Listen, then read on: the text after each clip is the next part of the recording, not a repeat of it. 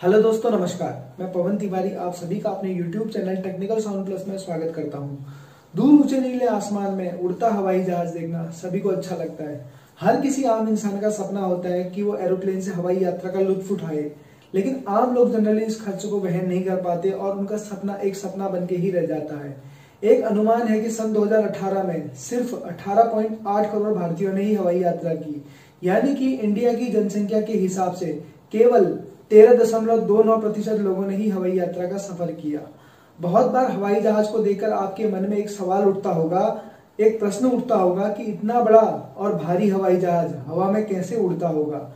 इस बात को समझने के लिए आइए एक आसान सा प्रयोग करके देखते हैं। कागज की यह एक पतली पट्टी है। इसका एक सिरा हम हाथ से पकड़ लेंगे और पकड़े हुए सिरे को मुंह के पास लाकर फूंक मारेंगे।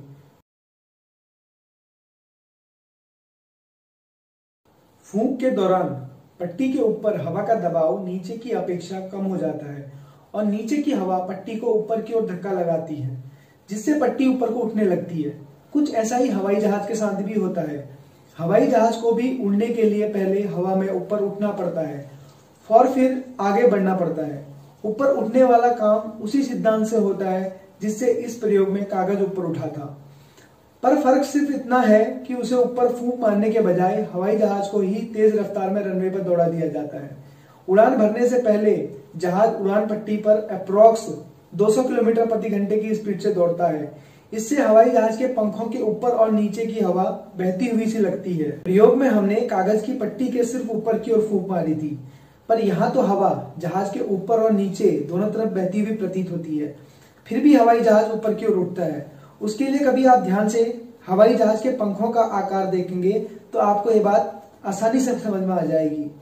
उसमें पंखों का आकार ही कुछ ऐसा बनाया जाता है कि जहाज के दौड़ते वक्त हवा को पंखों के ऊपर से गुजरने के लिए नीचे की अपेक्षा ज्यादा दूरी तय करनी पड़ती है, पर दोनों ओर हवा का समय तो बराबर ही मिलता है। इसलिए ऊपर की हवा की रफ्तार नीचे की हवा से ज्यादा होती है, इसलिए ऊपर की ओर दबाव कम हो जाता है और नीचे की हवा ऊपर की ओर उठने की कोशिश में पंखों को धकेलती हुई हवाई जहाज को ऊपर उठा लेती है और हवाई जहाज हो जाता है फुर्र।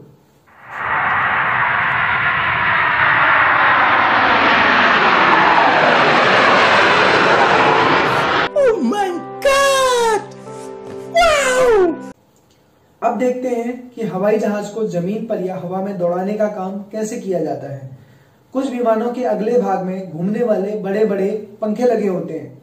जब ये पंखे इंजन द्वारा तेजी से घुमाए जाते हैं तो हवा को जोर से पीछे की तरफ धकेलते हैं और जहाज आगे बढ़ने लगता है। यह तो थी हवाई जहाज को हवा में ऊपर उठने और आगे बढ़ने की बात। चलिए आइए इसके कुछ और फैक्ट्स पर बात करेंगे। आपने कभी सोचा है कि वह एक बार उड़ने लगे तो फिर उसके बाद नीचे ऊपर कैसे जाता होगा? नीचे उतारने के लिए जहाज को धीमा करके उसके नीचे और ऊपर की हवा के दबाव के बीच जो अंतर होता है उसे हम कम कर सकते हैं। और अगर हम पंख के ऊपर और नीचे के दबाव में फर्क को खत्म कर दें तो जहाज जमीन पर उतरेगा लेकिन वो धड़ाम से नीचे गिरेगा, यानी कि ऊपर नीचे जाने के लिए यह व्यवस्था बिल्कुल भी नहीं चल पाएगी। इसके लिए जहाज की पूंछ के पास वाले छोटे छोटे पंखों में पीछे की ओर एक खास तरह की पट्टी नुमा बनावट होती है। यह पट्टियां जहाज के पीछे पंखों से कब्जे से लगी होती हैं। इन्हें ऊपर या नीचे की ओर मोड़ा जा सकता है। जब जहाज को ऊपर उठना होता है तो इन पट्टियों को, जिन्हें एलिवेटर कहा जाता है, थोड़ा सा ऊपर की ओर उठाया जाता है, जिससे जहाज की पूंछ नीचे की ओर होने लग जाती है, तुलना में आगे का हिस्सा ऊपर की ओर उठ जाता है। इसलिए जहाज ऊपर की तरफ उठने लगता है और जब जहाज को नीचे उतारना होता है तो एलिवेटर को नीचे की तरफ झुका देते हैं। दोस्तों, आज हमने वीडियो के जरिए जाना कि हवाई जहाज कैसे ऊपर उठता है, कैसे नीचे उतरता है। आपको ये कंटेंट कैसा लगा हमें कमेंट के जरिए जरूर बताइएगा और इस चैनल को लाइक, शेयर एंड सब्सक्राइब करना मत भूलिएगा। Thank you so much.